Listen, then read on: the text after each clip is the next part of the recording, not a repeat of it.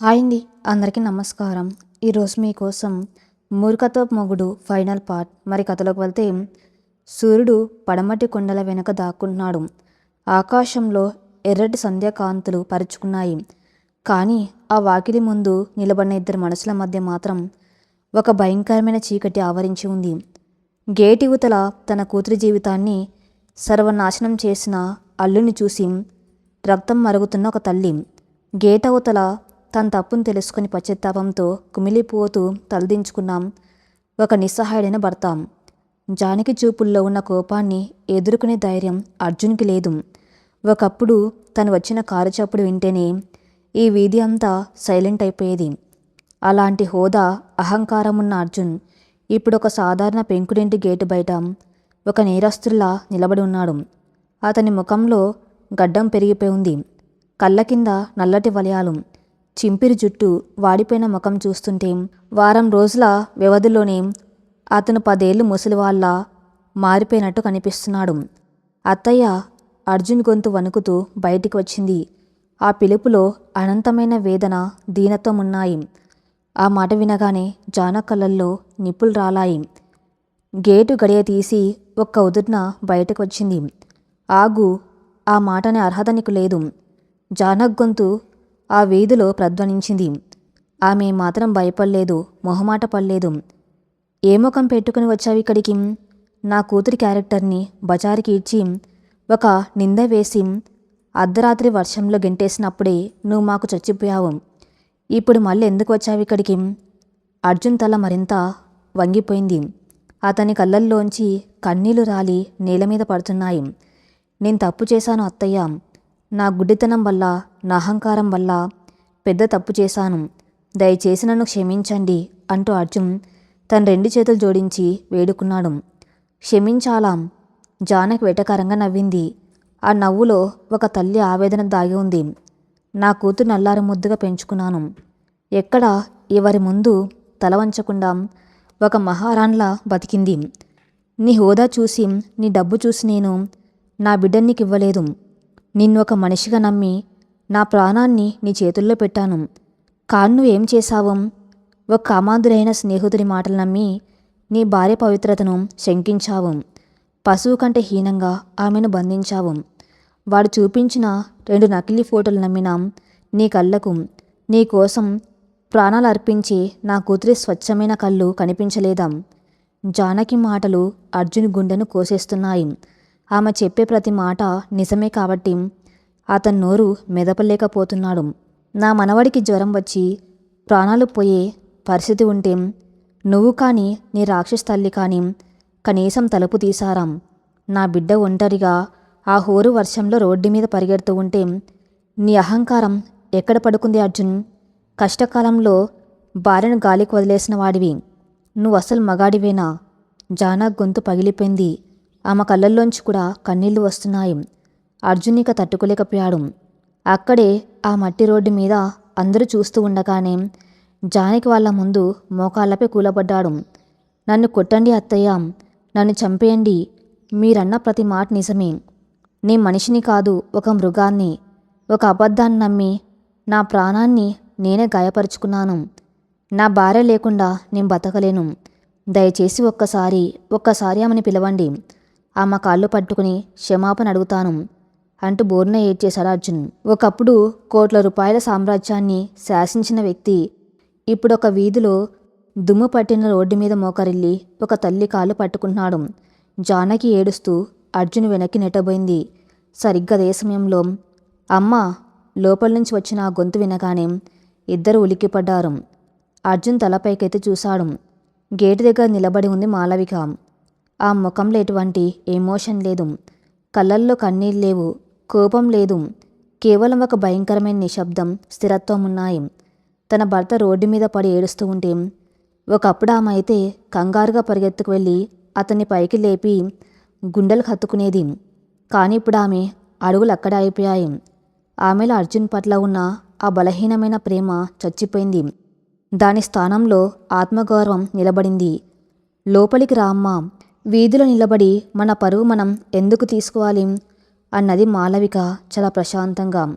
ఆ ప్రశాంతతే అర్జున్ మరింత భయపెట్టింది. మాలవిక. అర్జున్ నెమ్మదిగా పైకి లేచాడు.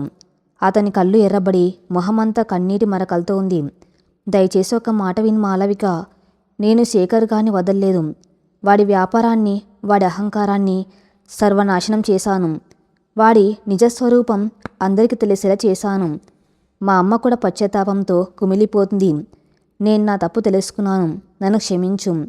మాలవిక పెదవులపై ఒక చిన్న చేదు చిరునవ్వు వికసించింది. ఆమె గేటు బయటకు వచ్చి అర్జున్ కళ్ళలోకి సూటిగా చూసింది.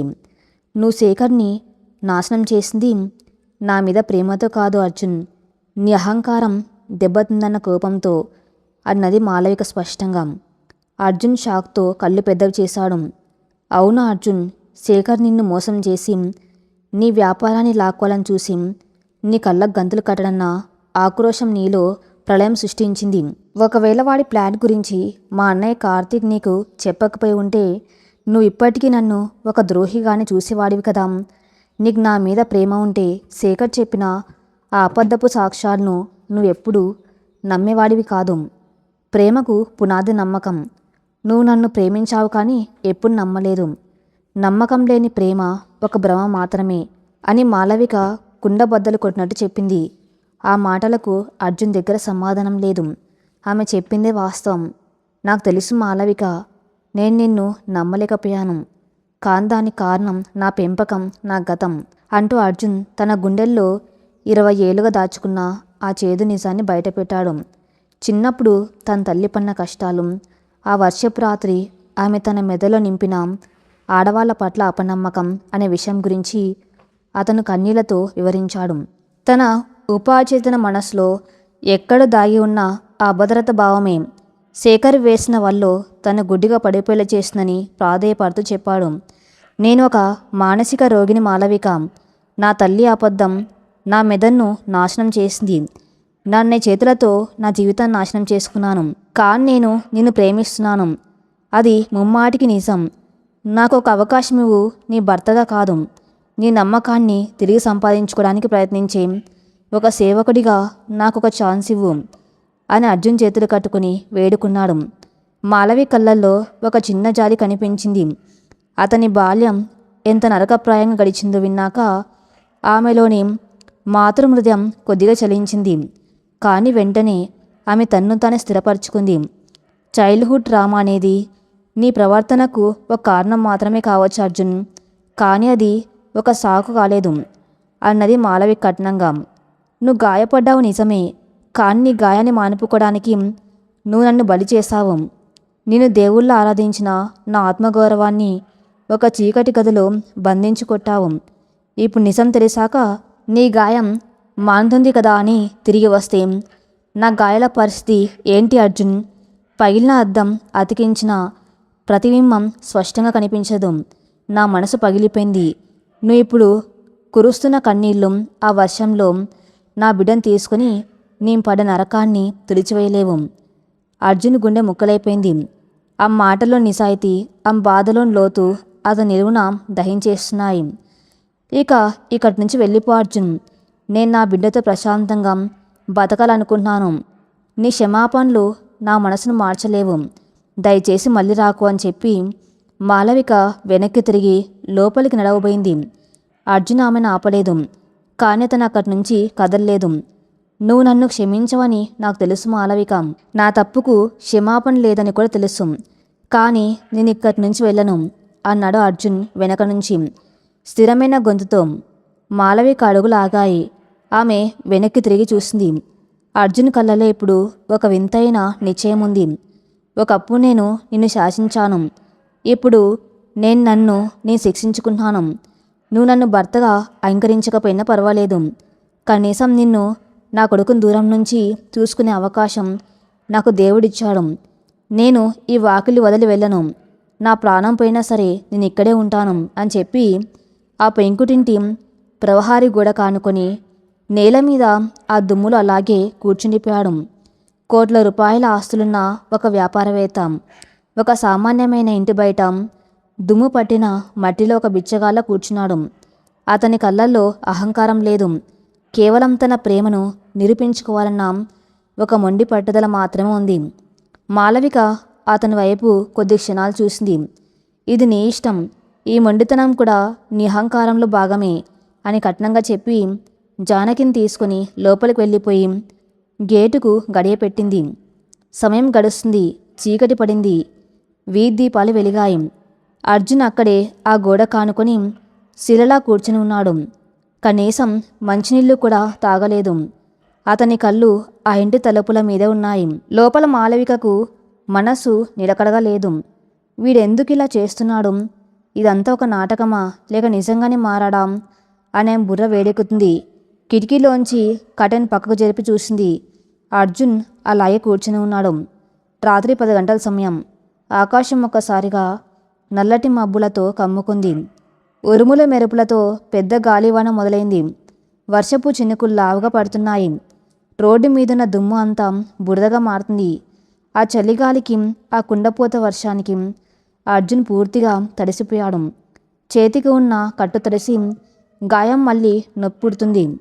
కానీ అతను అక్కడి నుంచి ఒక అంగుళం కూడా కదలలేదు. ఒక యోగిలా అలాగే కూర్చుని ఉన్నాడు. తను మాలవికను ఏ వర్షపు రాత్రి అయితే ఇంటి నుంచి గెంటేశాడు, ఇప్పుడు అదే వర్షంలో తను గెంటివేయబడాలని అతను నిశ్చయించుకున్నాడు.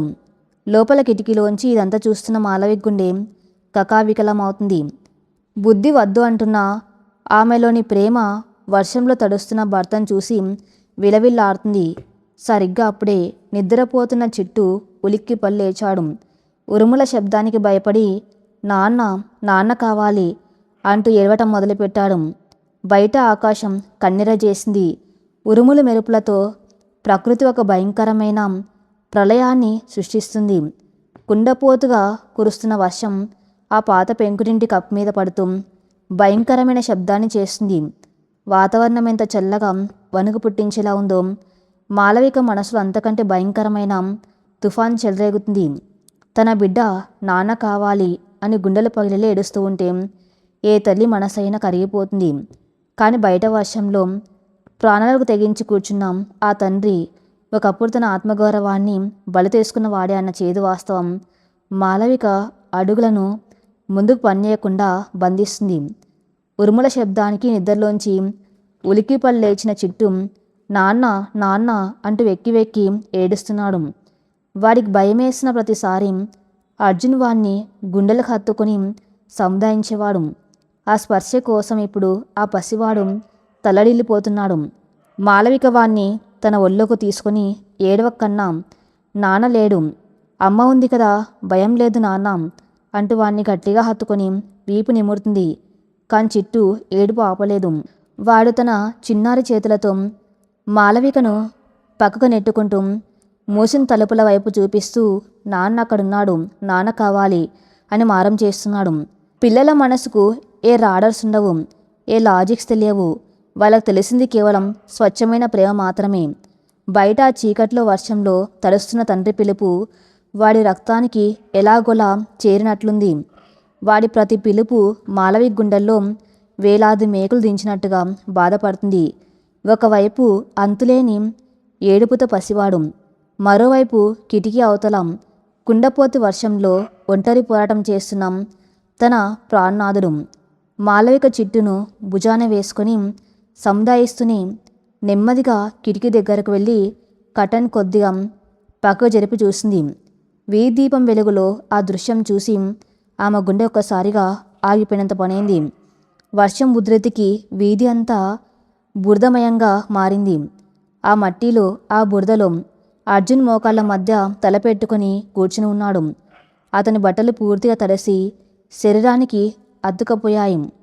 హోరుగాలికి అతను తీవ్రంగా వణికిపోతున్నాడు. చేతికి ఉన్న కట్టు పూర్తిగా తడిసిపోయి గాయం నుంచి నెత్తురు మళ్ళీ కారటం మొదలైంది. ఆ రక్తం వర్షపు నీటిలో కలిసి రోడ్డు మీద ఎర్రటి దారగా పారుతుంది. ఒకప్పుడు లక్షల రూపాయల సూట్లు వేసుకొని లగ్జరీ కారులో తిరిగే ఒక రాజకుమారుడు ఈరోజు తన ప్రేమ కోసం ఒక బిచ్చగాడి కంటే హీనమైన స్థితిలో పడి ఉన్నాడు.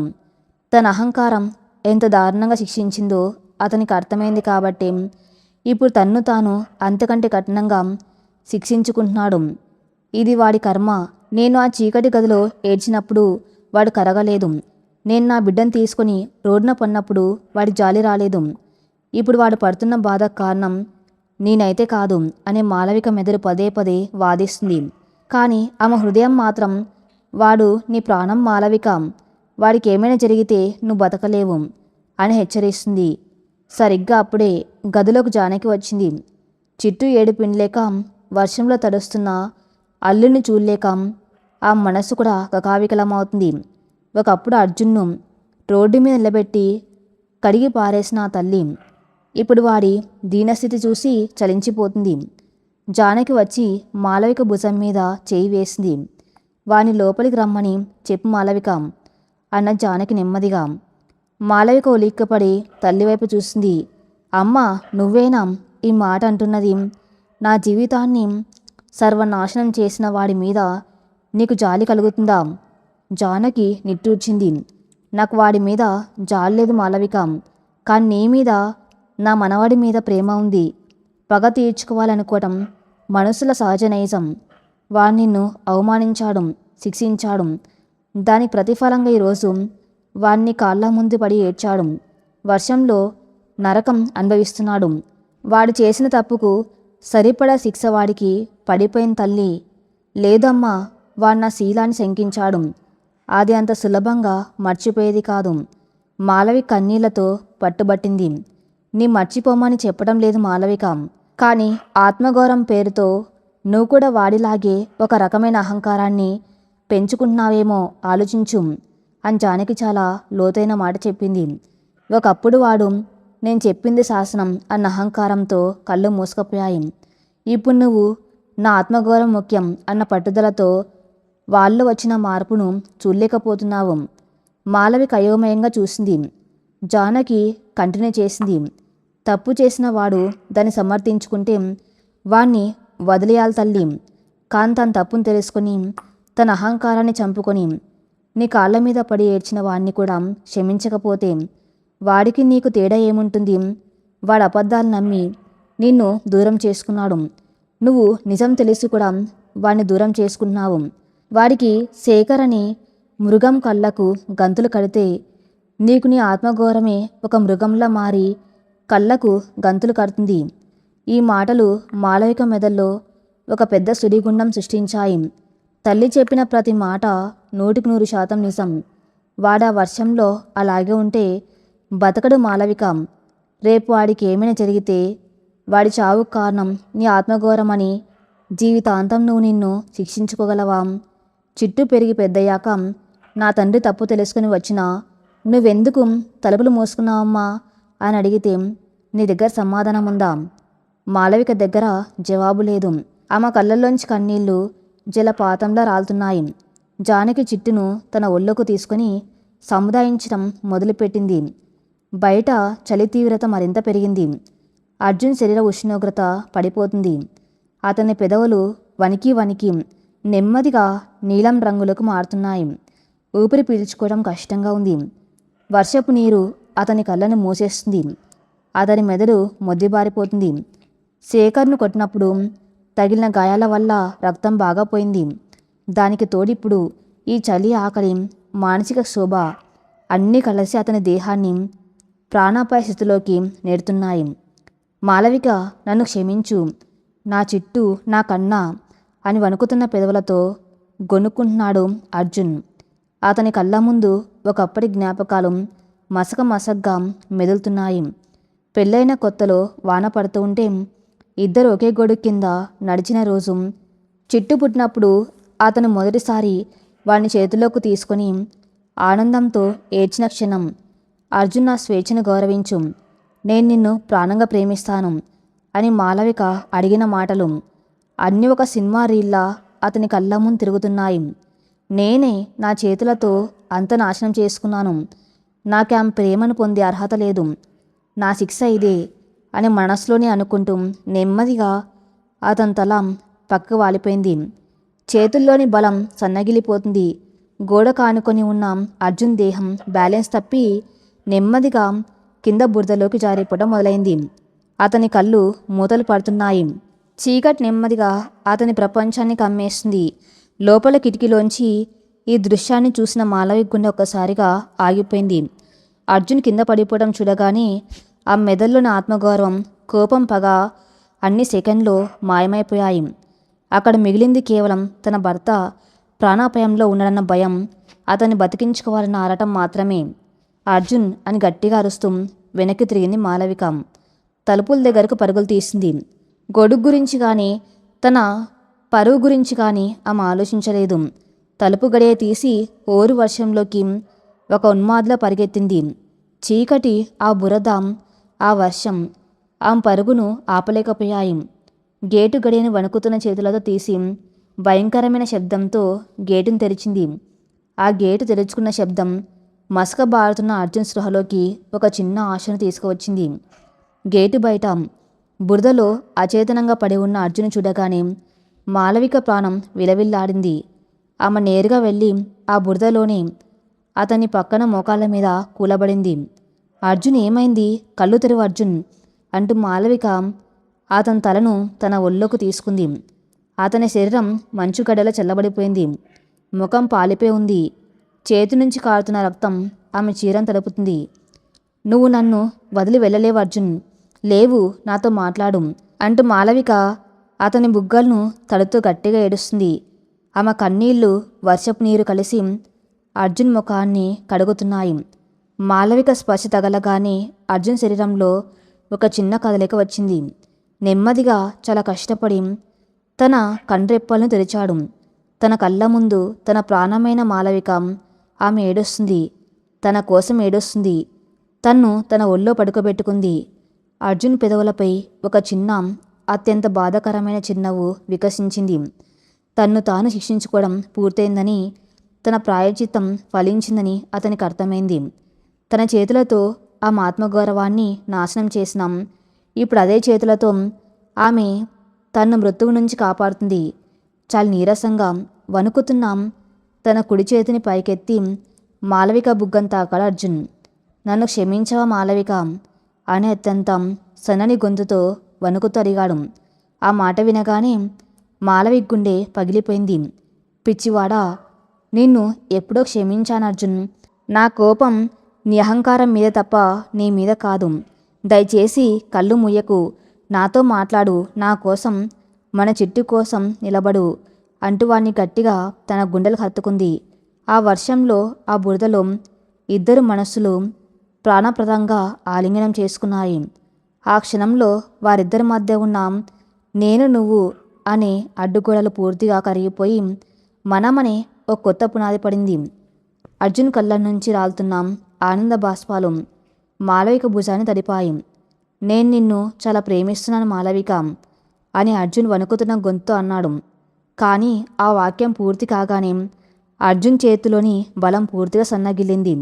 మాలవిక బుగ్గ మీద ఉన్న అతని చెయ్యి నిర్జీవంగా కింద బురదలోకి పడిపోయింది. అతని కళ్ళు మూతలు పడ్డాయి. శ్వాస భారంగా, నెమ్మదిగా మారి చివరికి పూర్తిగా ఆగిపోయినట్టు అనిపించింది.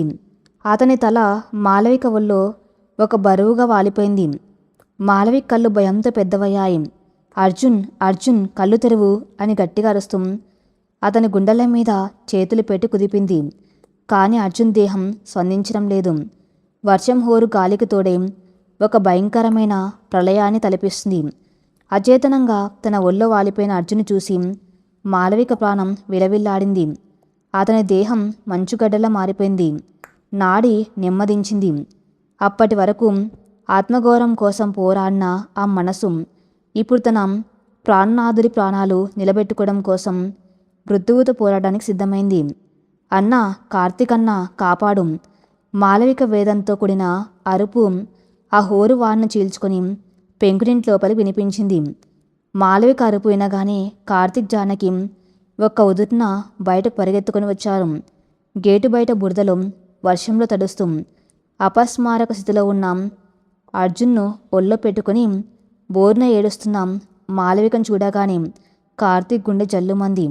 అర్జున్ చేసిన తప్పుల మీద కార్తీక్ ఎంత కోపమున్నా ఒక మనిషి ప్రాణాపాయ స్థితిలో ఉన్నప్పుడు అవన్నీ పక్కకు వెళ్ళిపోయాయి.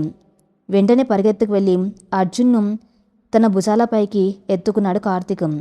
కార్ డోర్ తీసి వెనక సీట్లో పడుకోబెట్టుకున్నాడు. మాలవిక కారెక్కి అతని తలను తన ఒళ్ళోకి తీసుకుంది. కార్తిక్ డ్రైవింగ్ సీట్లో కూర్చుని ఇంజిన్ స్టార్ట్ చేశాడు. జానకి ఇంట్లోనే చిట్టు దగ్గర ఉండిపోయింది. కారు చీకటి రోడ్లను చీల్చుకుంటూ సిటీ ఆసుపత్రి వైపు గాలి కన్నా వేగంగా దూసుకుపోతుంది.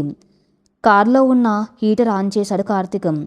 మాలవిక తన చీర కొంగుతో అర్జున్ ముఖం మీద ఉన్న వర్షపు నీటిని బురదను తుడుస్తుంది.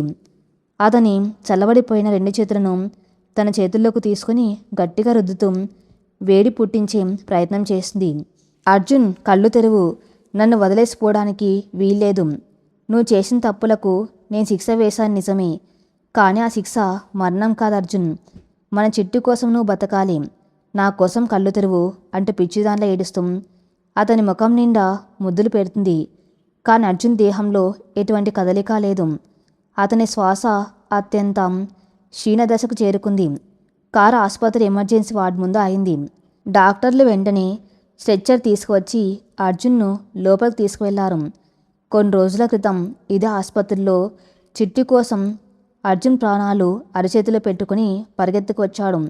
ఈరోజు అర్జున్ కోసం మాలవిక అదే కారిడార్లో ఒంటరి నిలబడి కన్నీరు మున్నీరుగా ఏడుస్తుంది. విధి అన్న వింత నాటకం ఇద్దరికీ ఒకరి నొప్పులు మరొకరికి తెలిసేలా చేసింది. కార్తీక్ అన్న, నా అర్జున్కి ఏమీ కాదు కదా, వాడు ఆ చల్లో నా కోసం కదలకుండా కూర్చున్నాడన్నా, వాడిని చంపేసింది నా అహంకారమే కదన్నా అంటూ కార్తీక్ భుజం మీద వాలిపోయి ఏడ్చింది మాలవిక. పిచ్చి మాటలు మాట్లాడకు మాలవిక, నువ్వు తప్పు చేయలేదు. వాడి పశ్చాత్తాపం వాణ్ణి ఆ వర్షంలో కూర్చోబెట్టింది. వాడికి ఏమీ కాదు, ధైర్యంగా ఉండు అని కార్తీక్ ఆమెను ఓదార్చాడు. కొద్దిసేపటికి డాక్టర్ బయటకు వచ్చాడు. మాలవిక, కార్తీక్ కంగారుగా అతని దగ్గరికి వెళ్ళారు. చూడండి, పేషెంట్ కండిషన్ చాలా క్రిటికల్గా ఉంది. తీవ్రమైన హైపోథర్మియా వల్ల శరీర ఉష్ణోగ్రత పడిపోయి అవయవాలు మొద్దుబారిపోయాయి. దీనికి తోడు చేతికున్న గాయాల వల్ల ఇన్ఫెక్షన్, రక్తస్రావం జరిగాయి. మేము ట్రీట్మెంట్ మొదలుపెట్టాము. కానీ అతను కోమాలోకి వెళ్లకుండా ఉండాలంటే రాబోయే 24 గంటలు చాలా కీలకమని చెప్పి డాక్టర్ మళ్ళీ లోపలికి వెళ్ళిపోయాడు. ఆ మాటలు మాలవిక చెవుల్లో పిడుగుల్లా పేలాయి. కుర్చీలో కూలబడి 2 చేతులతో ముఖం కప్పుకొని వెక్కి వెక్కేయటం మొదలుపెట్టింది. తెల్లవారుజామున 4 గంటల సమయం. కారిడార్లో అడుగుల చప్పుడు వినిపించింది. రమాదేవి జానకి ద్వారా విషయం తెలుసుకొని గుండెలు బాదుకుంటూ ఆసుపత్రికి పరిగెత్తుకుని వచ్చింది. ఆ ముఖం ఏడ్చి ఏడ్చి కందిపోయి ఉంది. మాలవిక, నా కొడుకు ఏమయ్యాడమ్మా, నా అర్జున్ ఎక్కడా అంటూ పరిగెత్తుకు వచ్చి మాలవికను పట్టుకుని కుప్పగూలిపోయింది రమాదేవి. ఒకప్పుడు అహంకారంతో మాలవికను ఒక పని మనిషి కంటే హీనంగా చూసిన అత్తగారు ఇప్పుడు ఒక సామాన్యమైన తల్లిలా ఏడుస్తూ ఉంటే మాలవి గుండె తరుక్కపోయింది. మాలవిక వెంటనే కిందకు వంగి రమాదేవిని గట్టిగా గుండెలకు హత్తుకుంది. 2 మహిళలు, ఒకే మనిషిని ప్రాణంగా ప్రేమించే 2 తల్లులు. తమ మధ్య ఉన్న కోపాన్ని, ద్వేషాన్ని మర్చిపోయి ఒక బాధను మరొకరు పంచుకుంటూ ఏడ్చారు. వాడికి ఏమీ కాదు అత్తయ్య, వాడు చాలా బలవంతుడు. నన్ను చిట్టును వదిలి ఎక్కడికి వెళ్ళడు. మీరు ధైర్యంగా ఉండండి అంటూ మాలవిక రమాదేవిని పైకి లేపి కుర్చీలో కూర్చోబెట్టింది. ఆమెకు మంచినీళ్ళు ఇచ్చి సముదాయించింది. ఆ క్షణంలో రమాదేవికి మాలవి గొప్పతనం పూర్తిగా అర్థమైంది. ఎంత బాధ పెట్టినా, ఎంత అవమానించినా ఈ పిల్లకు నా మీద, నా కొడుకు మీద ప్రేమ చావలేదు. నా పెంపకంలో లోపం ఉంది, కానీ నా కోడలి పవిత్రతలో ఏ లోపమూ లేదు అని రమాదేవి మనసులోనే మాలవికకు పాదాభివందనం చేసింది. 24 గంటలు గడిచాయి. బయట వర్షం తగ్గి ప్రకృతి శాంతించింది. ఐసీయూలో డాక్టర్లు అర్జున్ పరీక్షించి బయటకు వచ్చారు. వారి ముఖాల్లో ఒక చిన్న చిరునవ్వు ఉంది. మిసెస్ మాలవిక, దేవుడి దయ వల్ల అర్జున్ డేంజర్ జోన్ నుంచి బయటపడ్డాడు. అతని బాడీ టెంపరేచర్ నార్మల్కి వస్తుంది. కొద్ది నిమిషాల క్రితమే అతనికి స్పృహ వచ్చింది. అతని విల్ పవర్ చాలా గొప్పది. ఎవరో ఒకరిని చూడాలన్న తపన అతన్ని మృత్యువు అంచుల నుంచి వెనక్కి తీసుకువచ్చింది. మీరు లోపలికి వెళ్ళి కలవచ్చు అని చెప్పాడు. ఆ మాట వినగానే మాలవి కళ్ళల్లో ఆనంద బాష్పాలు రాలాయి. రమాదేవి దేవుడికి దండం పెట్టుకుంది. నువ్వు వెళ్ళమ్మా మాలవిక, ముందు వాడికి నీ అవసరం ఎక్కువ ఉంది. అని రమాదేవి మాలవికను లోపలికి పంపింది. ఐసీ తలుపులు తీసుకుని నెమ్మదిగా లోపలికి అడుగుపెట్టింది మాలవిక. గదిలో మానిటర్ల శబ్దాల మధ్య బెడ్ మీద పడుకుని ఉన్నాడు అర్జున్. అతని ముఖానికి ఆక్సిజన్ మాస్క్ ఉంది. చేతులకు సెలైన్ పైపులు ఉన్నాయి. అలికిడి విని అర్జున్ నెమ్మదిగా కళ్ళు తెరిచాడు. ఎదురుగా తన మాలవిక. అతని కళ్ళల్లో ఒకసారిగా ఒక మెరుపు మెరిసింది. ఆమెను చూడగానే అతని కళ్ళ వెంబడి ధారక కన్నీళ్లు కావడం మొదలైంది. చేతిని పైకెత్తడానికి ప్రయత్నించాడు, కానీ బలం లేదు. మాలవిక పరిగెత్తుకు వెళ్ళి బెడ్ పక్కన ఉన్న కుర్చీలో కూర్చుంది. అర్జున్ చేతిని తన 2 చేతుల్లోకి తీసుకొని కన్నీళ్లతో ఆ చేతిని ముద్దాడింది. పిచ్చివాడా, ఏంటి పని? నా మీద కోపంతో నీ ప్రాణాలు తీసుకుంటావా? మాలవి గొంతు వణుకుతుంది. అర్జున్ నెమ్మదిగా తన ఆక్సిజన్ మాస్క్ను కిందకు లాగి మాట్లాడే ప్రయత్నం చేశాడు. నీ మీద కోపంతో కాదు మాలవిక, నా మీద నాకున్న అసహ్యంతో. నిన్ను ఆ చీకటి గదిలో బంధించి నీ మీద చేయి చేసుకుని ఒక రాక్షసుని మాటలు నమ్మి నిన్ను బజార్న పడేసిన ఆ పాత అర్జున్ బతకూడదని అనుకున్నాను. నా కర్మకాలి మళ్ళీ బతికాను. కానీ నన్ను క్షమించు, నేను నీకు ఏ ముఖం చూపించలేను అంటూ అర్జున్ వెక్కి వెక్కి ఏవటం మొదలుపెట్టాడు. మాలవిక అతని పెదవుల మీద తన వేలు ఉంచి అతన్ని ఆపింది. చాలు అర్జున్, ఇక ఆ మాటలు మాట్లాడకు. ఆ వర్షంలో నువ్వు కింద పడిపోతున్నప్పుడు నాకు ఒకే ఒక నిజం అర్థమైంది. ఆత్మగౌరవం, పగ, కోపం ఇవన్నీ మనిషి బతికున్నంత వరకే. ఒకసారి ప్రాణం పోయాక ఇవన్నీ శవంతో పాటే కాలిపోతాయి. నువ్వు లేని ప్రపంచంలో నా ఆత్మగౌరవాన్ని నేను తలకి పెట్టుకొని బతకలేను. నువ్వు తప్పు చేశావు, శిక్ష అనుభవించావు, మరణం దాకా వెళ్ళి తిరిగి వచ్చావు. ఆ వానలోని నీ అహంకారం కొట్టుకుపోయింది. ఇప్పుడు నా ముందు ఉన్నది నన్ను ప్రాణంగా ప్రేమించి నా అర్జున్ మాత్రమే. ఇద్దరం గతాన్ని మర్చిపోయి కొత్తగా మొదలు పెడదాం అని చెబుతూ అతని నుదుటి మీద ఒక ఆత్మీయమైన ముద్దు పెట్టింది. ఆ ముద్దుతో అర్జున్ గుండెల్లో ఇన్నాళ్లుగా ఉన్న భారం మొత్తం కరిగిపోయింది. తన తల్లి మెదలో నింపిన అపనమ్మకమనే చీకటి పొర శాశ్వతంగా తొలగిపోయి నమ్మకమనే కొత్త వెలుగు అతని ఆత్మను తాకింది.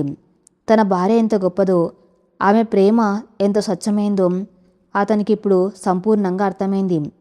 నిన్ను నా ప్రాణాల కన్నా ఎక్కువగా చూసుకుంటాను మాలవిక, ఇంకెప్పుడు నీ కంట కన్నీరు రానివ్వను అని అర్జున్ ఆమె చేతిని గట్టిగా పట్టుకున్నాడు. 6 నెలల తర్వాత. కాలం ఒక అద్భుతమైన వైద్యుడు. అదెన్నో భయంకరమైన గాయాలను సైతం మాన్పగలదు. అర్జున్ కుటుంబం విషయంలోనూ అదే జరిగింది. ఉదయం 9 గంటల సమయం. లేత సూర్యకిరణాలు ఆ విశాలమైన భవనంలోకి పడుతున్నాయి. ఒకప్పుడు ఆ ఇంట్లో అహంకారం, నిశ్శబ్దం, భయం రాజ్యమేలేది. కానీ ఇప్పుడు ఆ ఇల్లు నవ్వులతో, పసివాడి కేరింతలతో కలకల్లాడుతుంది. చిట్టు పెరట్లో ఒక చిన్న సైకిల్ తొక్కుతూ అటు ఇటు తిరుగుతున్నాడు. ఒరే చిట్టు, ఆగురా నాన్న, పడిపోతావు, ముందు అన్నం తిని ఆడుకో అంటూ రమాదేవి వాడి వెనుక అన్నం గిన్నె పట్టుకుని పరిగెడుతుంది. ఒకప్పటి గయ్యాలి అత్తగారు ఇప్పుడు ఒక ప్రేమమూర్తి అయిన నానమ్మ గారిగా పూర్తిగా మారిపోయింది. ఆమెకిప్పుడు తన కోడలు మాలవిక అంటే అమితమైన గౌరవం. ఆ ఇద్దరి మధ్య ఇప్పుడు అత్త కోడళ్ళ సంబంధం కన్నా తల్లి కూతుళ్ళ బంధమే ఎక్కువగా ఉంది.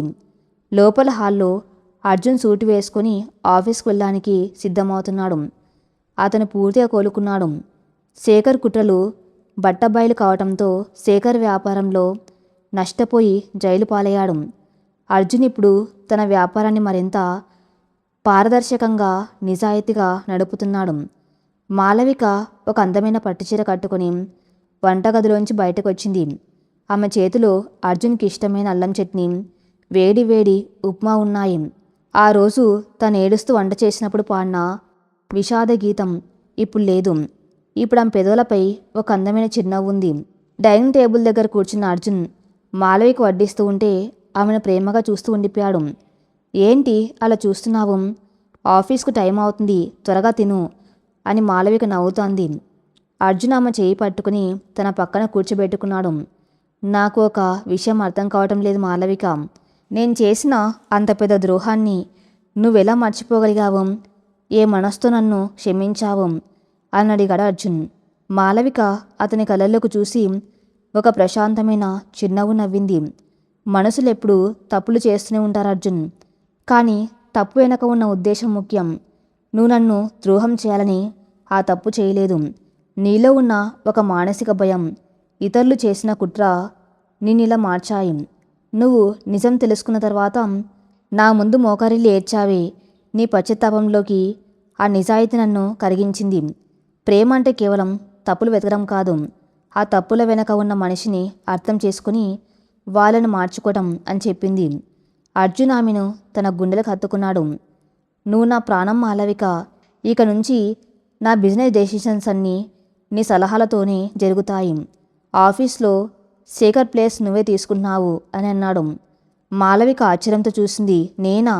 అవును, నీ తెలివితేటలు నా బిజినెస్కి కావాలి. కానీ అంతకంటే ముఖ్యంగా నువ్వెప్పుడు నా పక్కనే ఉండాలి. నీ స్వేచ్ఛను, నీ వ్యక్తిత్వాన్ని నేను గౌరవిస్తాను అన్నాడు అర్జున్ దృఢంగా. ఆ మాటలతో మాలవిక కళ్ళల్లో ఆనంద బాష్పాలు రాలాయి. ఇది కదా ఒక భార్య తన భర్త నుంచి కోరుకునే నిజమైన గౌరవం, నిజమైన ప్రేమ. బయట ఆడుకున్న చింటూ నాన్న అంటూ పరిగెత్తుకు వచ్చి అర్జున్ ఒళ్ళోకి ఎక్కాడు. రమాదేవి కూడా అక్కడికి వచ్చి నవ్వుతూ నిలబడింది. ప్రేమ, అహంకారం ఈ రెండు ఒకే మనసులో ఉన్నప్పుడు అందులో ఏది గెలుస్తుందన్నది వారి విచక్షణ మీద ఆధారపడి ఉంటుంది. అర్జున్ జీవితంలో అహంకారం అతని కళ్ళకు గంతులు కట్టి ఒక అందమైన కాపురాన్ని కూల్చడానికి ప్రయత్నించింది. కానీ మాలవిక స్వచ్ఛమైన ప్రేమ, ఆమె ఆత్మగౌరవం, ఆమె క్షమాగుణం అహంకారాన్ని పాతాళానికి తొక్కి ఒక సరికొత్త మనిషిని నిద్రలేపాయి. అపార్థాలు అనే భయంకరమైన తుఫాన్లు జీవితంలో ఎన్నొచ్చినా పశ్చాత్తాపం, క్షమాపణ అనే రెండు ఆయుధాలతో వాటిని జయించవచ్చని వారిద్దరి జీవితం ఒక పాఠంగా నిలిచింది. ఒకప్పుడు అపనమ్మకంతో మూసుకుపోయిన వారి జీవితంలోకి చీకటి తెరలు ఇప్పుడు శాశ్వతంగా తొలగిపోయాయి.